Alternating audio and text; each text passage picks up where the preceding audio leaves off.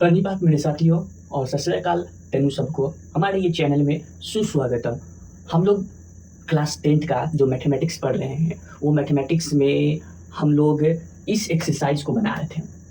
इस एक्सरसाइज यानी कि हिंदी में अगर इसे कहें तो प्रश्नवाली को बनाया कर रहे थे। इस प्रश्नवाली में क्वेश्चन नंबर 1 हो चुका था जो कि कुछ ये किस पे बेस्ड था। देखिए इस आर्टिकल जो कि 3.4 आर्टिकल में हम लोग को करना था क्या, सब्स्टिट्यूशन मेथड, जिसे हिंदी में कहा जाता है प्रतिस्थापन विधि। तो उस विधि को हम लोग इस आर्टिकल के अंदर इस एक्सरसाइज को बना रहे हैं, जिसमें क्वेश्चन नंबर ये 1 हो चुका था, फिर क्वेश्चन नंबर 2 ये हो गया है, क्वेश्चन नंबर 3 ये हो गया था। इसमें कौन कौन हो गया, तो फर्स्ट नंबर, उसके बाद आपका ये सेकंड नंबर और ये थर्ड नंबर हो गया था। ठीक है, वो वीडियो में काफ़ी बड़ा ये लेक्चर हो गया था, यानी कि ज़्यादा भी बड़ा नहीं हुआ था लेकिन काफ़ी थोड़ा लंबा था, इसीलिए उसको 3 तक बना के छोड़ दिए थे। तो अब जो बच गए हैं उसको आज हम लोग इस पार्ट में, इस सेशन में ख़त्म कर देते हैं। जो कि कौन कौन बच गया है, तो एक 4th हो गया, एक 5th हो गया और एक 6th हो गया।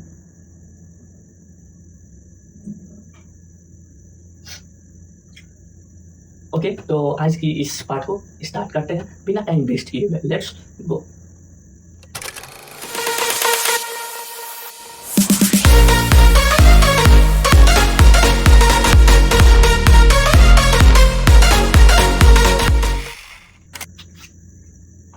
तो जी मेरे प्यारे साथियों, आप लोग का ये क्वेश्चन देखेंगे, इसको समझेंगे और इसको बनाएंगे। 4th क्वेश्चन है आपका, कौन सी, क्वेश्चन नंबर 3 का 4th, जिसे सोल्यूशन करने जाएंगे, हिंदी में हल कहते हैं। बोला गया है कि एक नगर में टैक्सी के भाड़े में एक नियत भाड़े के अतिरिक्त चली गई दूरी पर भाड़ा सम्मिलित किया जाता है। यानी कि एक कोई ड्राइवर है, टैक्सी ड्राइवर, वो टैक्सी ड्राइवर अपने जो चलाया करता है वो टैक्सी को, वो एक नियत भाड़े को फिक्स किए हुए है। ठीक है, एक नियत भाड़े को क्या किए हुए, फिक्स किए हुए हैं, जो कि उतना अगर चल दिए तो आपको उतना रुपया देना होगा, फिर अगला चलेंगे तो फिर उतना और उतना मिलाना होगा। तो इसमें एक फिक्स है, एक नियत नहीं है। ठीक, तो क्या बोला गया, 10 किलोमीटर दूरी के लिए भाड़ा 105 रुपये है तथा 15 किलोमीटर के लिए भाड़ा 155 रुपये है। नियत भाड़ा तथा प्रति किलोमीटर भाड़ा क्या है। ठीक है, इसलिए हमको सबसे पहले क्या मानना होगा, एक नियत भाड़ा जो है उसको कुछ मानना होगा। ठीक, तो कहा गया एक नगर में टैक्सी के भाड़े में एक नियत भाड़े के अतिरिक्त चली गई। ठीक, तो माना कि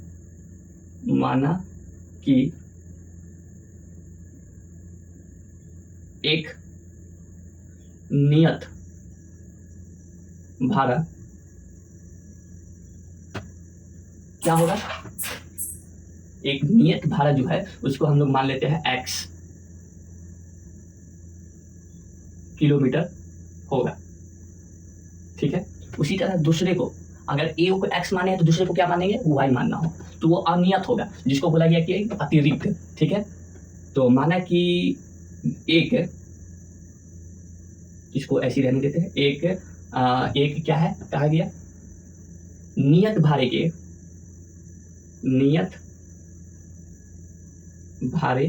के अतिरिक्त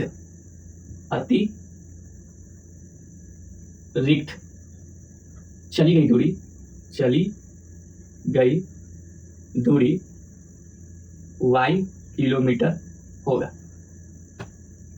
ठीक है, इसको मानने के बाद अब हम लोग आएंगे अकॉर्डिंग टू क्वेश्चन, जिसको ATQ लिखा करते हैं। ठीक है, इसको हिंदी में आप लोग प्रश्न अनुसार भी लिख सकते हैं। तो इसके अनुसार एक तो नियत भाड़ा है, क्या है, वो x है, तो ये x लगेगा ही लगेगा। फिर प्लस में जो अनियत है, अनियत करने के बाद उस पर फिक्स नहीं है, तो वो आपका क्या है, कितना किलोमीटर है, 10 किलोमीटर दूरी के लिए भाड़ा इतना लगता है। तो 1 किलोमीटर के लिए y, तो 10 किलोमीटर के लिए 10y 10y, इस सबको मिला के कितना भाड़ा लगेगा, तो 105 रुपया। ठीक है, इस इक्वेशन को फर्स्ट इक्वेशन नाम दे दिए। इसी तरह दूसरा भी मेरा बनेगा, एक और इक्वेशन बनेगा, जिसको हम क्या कहते हैं, समीकरण कहते हैं। ठीक है, तो एक तो नियत भाड़ा लगेगा, x तो लगेगा ही लगेगा। ठीक है, दूसरा क्या है तथा 15 किलोमीटर। ठीक है, तो 15 को y को क्या करना होगा, गुना करना पड़ेगा, तो 15y, इसके लिए कितना देना पड़ेगा, इसके लिए 155 रुपये देना होगा। इस इक्वेशन को सेकेंड इक्वेशन कहा गया। अब इसको क्या करना होगा, प्रतिस्थापन विधि द्वारा इसको हल करना होगा। तो स्टेप नंबर 1 में आएंगे, स्टेप नंबर 1, ए को जस्ट के तस छोड़ना होगा, ठीक है। तो सेकेंड वाले को जैसे के तैसे छोड़ देते हैं, जिसको है x प्लस 15y और बराबर 155, ये सेकेंड इक्वेशन है। फर्स्ट इक्वेशन क्या है, x plus 10y equal to में 105 है, ठीक है। तो ये 10y को उधर ले जाएंगे तो क्या हो जाएगा, माइनस का 10y हो जाएगा, तो इसको उठाइए, इसको यहाँ रखिए, माइनस का 10y, ये क्या है, x है। इस इक्वेशन को क्या नाम दे दीजिए, थर्ड, तीसरा समीकरण। अब स्टेप नंबर 2, स्टेप नंबर 2 में क्या करना है, इस x का जो मान है वो हम रख देते हैं, किस में रख दे, जिसको जस्ट के तस छोड़े थे, तो वो था ये वाला चीज, तो इसको इसमें रख दीजिए, x की जगह पे 105 माइनस 10y प्लस में 15y बराबर में 155। चलिए इसको बनाइए, तो 105 माइनस प्लस माइनस हो गया, तो प्लस में आपका कितना आएगा, 5y बराबर में 155, ठीक है। इन दोनों में घटा तो कितना, ये 5y प्लस का, क्योंकि इसका बड़ा है और इसके साथ प्लस का लगा हुआ है, तो ये हो गया, ठीक है। इतनी बात समझिए, इसको उठाइए, उसको उधर भेज दीजिए, तो इधर क्या हो जाएगा, 5y बराबर में 155 माइनस 105, कितना बचेगा, तो 5 में से 5 गया 0, 5 में से 0 गया तो 5, 1 में से 1 गया तो 0, ठीक है। इधर 5 गुना में है, इसको उठा के उधर ले जाएंगे तो भाग में आ जाएगा, ये इधर y बचा, ये 5 से कट गया, कितना मरते में, 10 मरते में, ये आपका इक्वेशन नंबर 4, चौथा समीकरण, ठीक है। चलिए ठीक, अब आइए यहाँ पे स्टेप नंबर 3 में, स्टेप नंबर 3 में ये y का मान कितना निकला, 10 निकला, तो इसको तीसरा जो समीकरण है जो कि बोलता है कि x बराबर 105 माइनस 10y, वो कुछ ये बोला करता है, ठीक है, ऐसे बोला तो नहीं करता है, लेकिन भावना समझ जाना है। y के बराबर 10 है, तो यहाँ पे क्या रखना होगा, 10, ठीक बोलते हैं। x बराबर 105 माइनस 10 गुने 10, इसको अभी कुछ नहीं नाम दीजिए, तो x बराबर 105 माइनस 10 को 10 से गुना किया तो कितना आ गया, 100 आ गया, ठीक है, 100 आ गया, ठीक बात है। तो घटाइए तो थोड़ा, तो x बराबर कितना आ गया, 100 में से 100 में से 100 गया तो 5 आया, ठीक। इस समीकरण को क्या नाम दे दिए, चौथा था, इसको पांचवा नाम दे दिया। तो स्टेप नंबर 4 में क्या निकला, स्टेप नंबर 4 में निकला x बराबर 5 निकला और y बराबर कितना निकला, y बराबर 10 निकला, ठीक है। बहुत अच्छी बात है, कोई दिक्कत की बात नहीं है। तो यहाँ पर बोला एक व्यक्ति को 25 किलोमीटर यात्रा करने के लिए कितना भाड़ा देना होगा, एक व्यक्ति को कितना यात्रा करना है, 25 किलोमीटर, ठीक है, तो कितना भाड़ा देना होगा, तो समीकरण बना लेते हैं। तो एक तो फिक्स चार्ज लगेगा x, ठीक है, एक अनियत भाड़ा है जिसको कितना जाना है, 25 किलोमीटर, तो 25 को y से गुना किया तो 25y बराबर, वो व्यक्ति है तो व्यक्ति को क्या बता दिए, तो पर्सन, यानी कि उसको पी लेके चलते हैं, पी लेके चलते हैं, निकालते हैं पी कितना निकलेगा, x कितना है, 5 है, प्लस 25 गुने y कितना निकला, तो 10 निकला, बराबर में p, तो 5 प्लस 25 को 10 से गुना की तो 250 इक्वल टू p, 5 को इसे जोड़ दीजिए तो 255 इक्वल टू में p। उस पर्सन को, यानी कि उस व्यक्ति को कितना भाड़ा देना होगा, अगर वो कितना किलोमीटर जाएगा, 25 किलोमीटर यात्रा करेगा, तो इसको देख लीजिए, समझ लीजिए,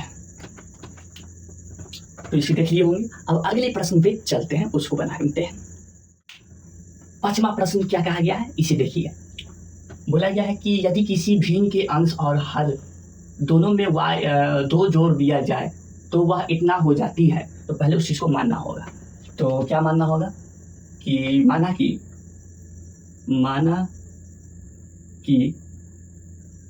वह भिन्न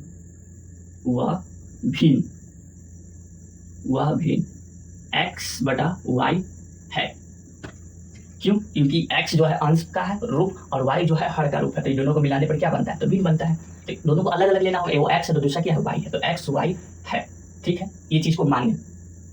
तो अब क्या करना है, तो अब करना है कि जो बोला गया है प्रश्नानुसार उसको देखते हैं। ए पी क्यू क्या बोला गया है, अंश और हर दोनों में 2 जोड़ दिया जाए, दोनों में, तो इधर है x बटा में y, दोनों में क्या जोड़ दिया जाए, तो 2 जोड़ दिया जाए, ठीक, जोड़ दिए, ठीक है, तो वह 9 बटा 11 हो जाती है, ठीक है, ये बराबर हो जाती है कितना, 9 बटा 11 के, इक्वेशन नंबर फर्स्ट, ठीक, कोई दिक्कत नहीं। इसको और हल किया जा सकता है, क्यों नहीं किया जा सकता, क्योंकि ये थोड़ा हम लोग अभी तक जैसे बना रहे हैं वो वैसे रूप में नहीं है, दिक्कत करेगा, ये कुछ तो दिक्कत करेगा, तो ठीक है, इसको हल कर देते हैं। क्या कर देते हैं, इसको भाग में इधर आएगा तो गुना में हो जाएगा, ठीक। ये भाग में इधर आएगा तो क्या हो जाएगा, गुना में हो जाएगा, यानी कि तिरछा तिरछा गुना होता है ना, वैसे हो गई। 11 को गुना करना है x प्लस 2 से और 9 को गुना करना है y प्लस 2 से, करें तो 11x प्लस में 11 दूना 22 बराबर 9y प्लस में 9 दूना 18। कोई दिक्कत नहीं, कोई दिक्कत नहीं। 11x 11 दूना 22, 9y 9 दूना 18, ठीक है। अब सबको उठा के इधर ले आते हैं, क्यों समझ में आ जाएगा। 11x माइनस में 9y, ये प्लस में कितना है 22 है, इसको उठाए तो माइनस में 18, इधर में क्या हो गया 0 हो गया, ठीक है बिल्कुल। तो इधर क्या बचा 11x माइनस में 9y, 22 में से 18 जाएगा तो 4, वो भी क्या चीज प्लस का, अब बराबर में क्या 0। इस समीकरण को दूसरा नाम दिए, दूसरा समीकरण है, ठीक है। अब ये जैसे पहले था इसको थोड़ा बदलाव कर ऐसे लिया, और ऐसे में हम लोग प्रतिस्थापन करके करना जानते हैं, ठीक। अब आइए दूसरा अकॉर्डिंग टू क्वेश्चन पे।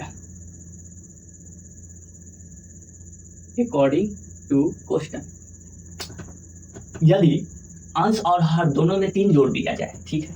तो मेरा तो अंश हर x और y था, वो भी ये था, दोनों में 3 जोड़ना है, ठीक है। प्लस में 3 और प्लस में 3, तो वह 5/6 हो जाती है, तो बराबर में 5/6, ठीक है। इस समीकरण को नाम दे दिए तीसरा समीकरण। अब इसमें भी तिरछा गुना कर देना है, ठीक है। तो इसको इससे 6x प्लस 3, इसको इससे तो 5y प्लस 3 कर दीजिए। 6x और प्लस में 6 18, 5y प्लस में 5 3 15, ठीक है। अब सबको उठा के इधर ले आना है। 6x माइनस में ये प्लस का इधर आएगा तो माइनस में 5y हो गया, ठीक। प्लस का कितना 18 है, ये प्लस का कितना है 15, इधर आएगा तो माइनस का 15 बराबर में 0। तो 6x माइनस का 5y, 18 में से 15 जाएगा तो बचेगा 3 प्लस का बराबर में 0। इस समीकरण को नाम दे दिए कौन सा, तीसरा था, इसको नाम दे दिए चौथा का, ठीक है। अब इसको ऐसे करने के बाद प्रतिस्थापन विधि लगाना शुरू कीजिए। स्टेप नंबर 1 क्या बोलता है, ये वो तो 10 के 10 छोड़ना होगा, इसको छोड़ दे 10 के 10, तो एक काम कीजिए ना, इसको छोड़ देते हैं, इसको छोड़ देते हैं। ये क्या है 11x माइनस का 9y अब प्लस का 4 इक्वल टू में क्या है 0 है। ये कौन सा समीकरण था, तो दूसरा, ठीक है। एक समीकरण ये है, ठीक है।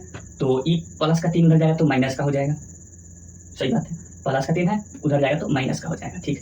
तो 6x माइनस का 3, ये माइनस का 5y उधर जाएगा तो प्लस का 5y। कोई दिक्कत नहीं, कोई दिक्कत नहीं है। अच्छा एक काम कर सकते हैं, ये प्लस का 5y इधर और माइनस का उधर ले जाते हैं, तो ये कुछ ऐसे लिखाएगा 5y और माइनस का 3, ऐसे कुछ लिखाएगा बिल्कुल। ये x इसके साथ गुना में, इसको उधर भेज दिए तो क्या चीज में चल जाएगा भाग में, तो x बराबर 5y माइनस का 3 और बटा में क्या 6। इस समीकरण को नाम दे दिए पांचवा। कोई दिक्कत नहीं, तो स्टेप नंबर 2 में ये तो क्या किए जाए देखिएगा, इस x का मान इस जगह पे आते हैं, तो 11x की जगह पे 5y माइनस का 3 बटा में 6 रख दिए। फिर क्या है माइनस का 9y, ये प्लस का 4 है उधर जाएगा तो क्या होगा माइनस का 4 हो जाएगा, ठीक है। अब कीजिए 11 × 5 = 55y माइनस 11 × 3 कितना होगा 33 होगा, अब बटा में 6 होगा। माइनस में इधर क्या है 9y और इधर में माइनस का 4 है, ठीक। इसको नीचे 1 ले लिए एलसीएम, तो कितना हो गया 6, एलसीएम नहीं मतलब इसके नीचे 1 छिपा हुआ है और इसके दोनों का एलसीएम 6 हुआ। तो आगे इधर 55y माइनस का 33 माइनस 1 के बारे में 6 मध्य में, और 9 को 6 से गुना किया तो 9 6 को 54y और माइनस में इधर क्या है 4 है, ठीक है। बहुत अच्छी बात है, ज़्यादा भी अच्छी बात नहीं है। अब क्या करना है, तो अब इधर आ जाइए, ठीक है। तो 55y इधर 54y दोनों को घट के कितना आ जाएगा, तो आपका y आ जाएगा, ठीक। माइनस में क्या है 33 है, ठीक। अब बराबर में इधर क्या है माइनस का 4 है, इसको गुना करेंगे 6 से, तो 6 × 4 = 24 माइनस का 24 हुआ, ठीक। तो y माइनस का इधर है तो उधर जाएगा तो प्लस का, तो माइनस का 24 और प्लस का 33, ठीक है, प्लस का 33। तो कितना आ जाएगा y बराबर 24 में से 33 जाएगा तो आपका 9 4 13 होता है, कितना होता है 9 4 13 होता है, तो आपका 9 बच आया, ठीक है 9 आया। इस समीकरण को नाम दे दिए पांचवा ही था, तो ये हो गया आपका छठा। अब स्टेप नंबर 3, स्टेप नंबर 3 में ई एक्स का मान है, तो x बराबर में कितना 5y माइनस में 3 अब बटा में क्या है 6, तो x बराबर 5 गुने y का मान कितना निकला 9, माइनस में 3 6, x बराबर 9 × 5 = 45, माइनस में 3 बटा में 6 घट कर कितना जाएगा, 45 में 3 जाएगा तो बचेगा 42, नीचे क्या 6, इससे कट गया तो x बराबर 7। यानी कि स्टेप नंबर 4 में क्या निकला कि x बराबर 7 और y बराबर 9। और उस भिन्न को क्या माने थे, x बटा y माने थे, तो क्या निकल के आएगा, तो ऊपर 7 और नीचे क्या 9, वो भिन्न 7/9 है, जिसमें 2 जोड़ने पर इतना आ रहा था और 3 जोड़ने पर इतना आ रहा था। तो ये इसको अब अच्छे से देख लीजिए, समझ लीजिए।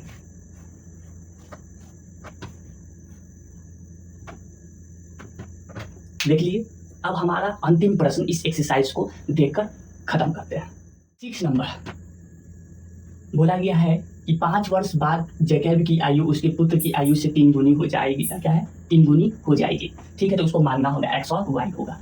5 वर्ष बाद जैकब की आयु उसकी पुत्र, ठीक है, तो यहाँ पे माना कि क्या माना कि जैकब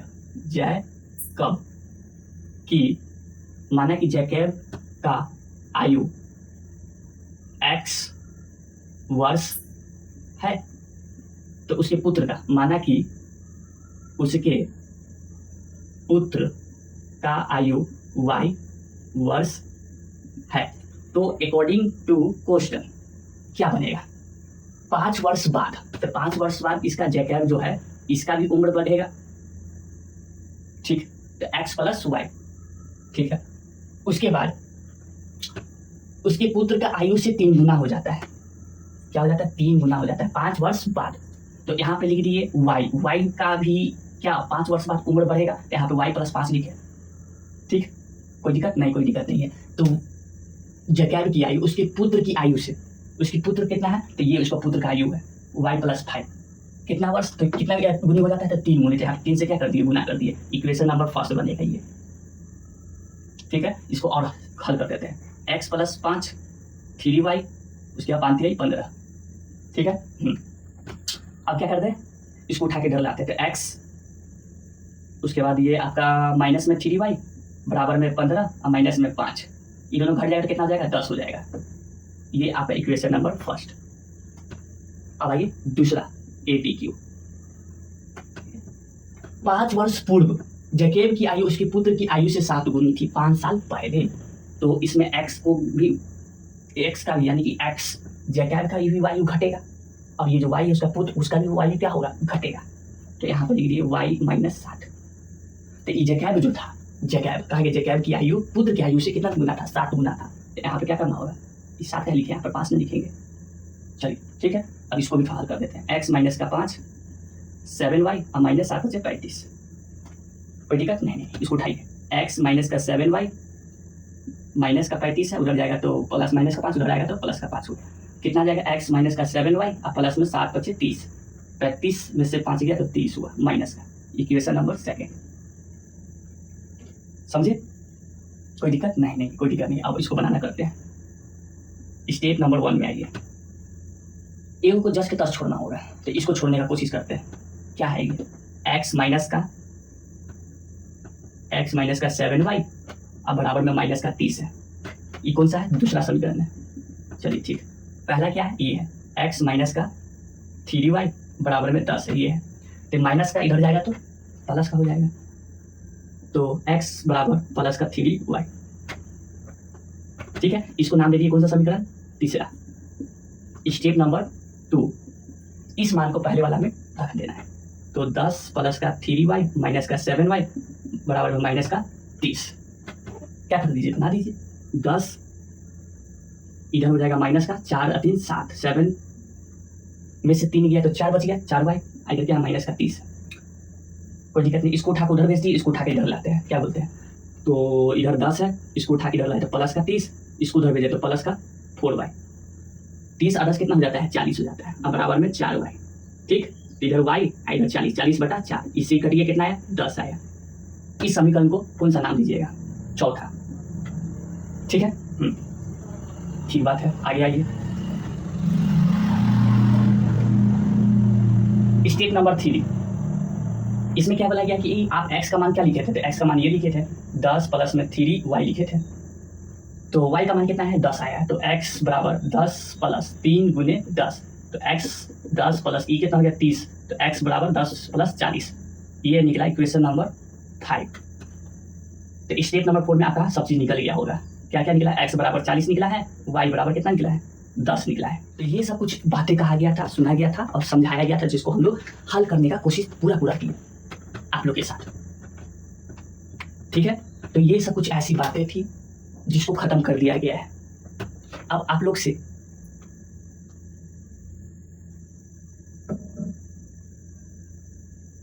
ये वाला जो एक्सरसाइज है खत्म हो गया है, तो अब ये वाला आर्टिकल को लेकर मिलेंगे जो कि किसके अंतर्गत आएगा, 3.4.2 विलोपन विधि जिसको कहा जाता है।